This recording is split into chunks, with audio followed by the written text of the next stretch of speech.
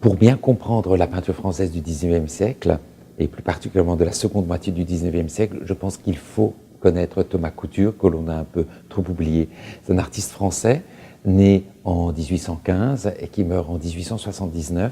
qui à l'origine est un élève de Antoine-Jean Gros, puis de Paul Delaroche. En tant qu'élève de Gros,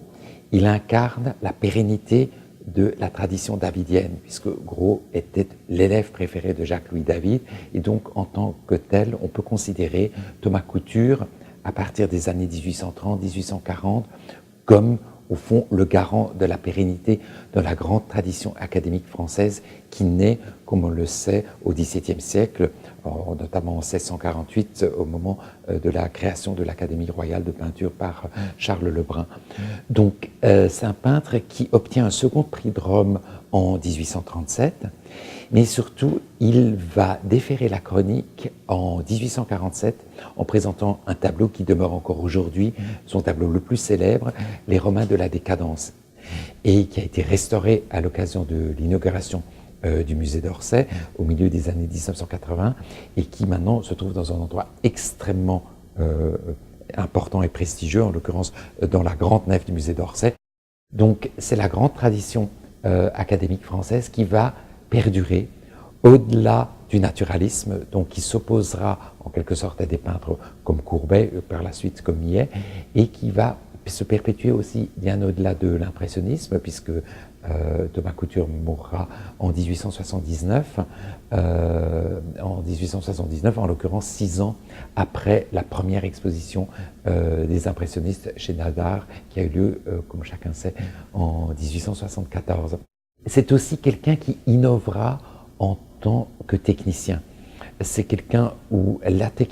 critique a été très sensible à ses empattements, extrêmement maçonnés, quelquefois extrêmement violents. Il y a aussi des rehauts dans les couleurs, un très grand chromatiste, et on a pu découvrir grâce à la restauration notamment des dégradés de valeurs, de blancs différents qui sont absolument inouïs. Ce qui a aussi beaucoup frappé la critique aussi au niveau de la technique, ce sont ces cernes colorées. Alors c'est un brillant technicien, c'est quelqu'un qui aura du reste, qui formera des générations d'artistes qui ne garantiront pas nécessairement la pérennité de l'académisme. On pense notamment à un artiste comme Édouard Manet, qui a été l'élève de Thomas Couture. On a tendance à trop souvent l'oublier, et Manet lui rend régulièrement hommage, à son métier de technicien, qui est tributaire précisément de son passage dans l'atelier de couture. Alors,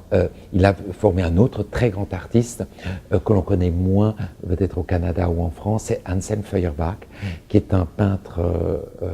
allemand, qui sera actif dans la seconde moitié du XIXe siècle, immense portraitiste, immense peintre d'histoire, et qui est probablement portraituré ici, qui prête probablement ses traits à la figure la figure ici au premier plan à gauche, alors que l'on a beaucoup dit que les traits du Pierrot désabusé au sommet de la pyramide qui domine la composition serait très probablement un autoportrait de l'artiste. Avant l'ouverture du musée d'Orsay, de manière générale dans l'histoire de l'art, on a trop souvent voulu réduire la peinture française à ses avant-gardes.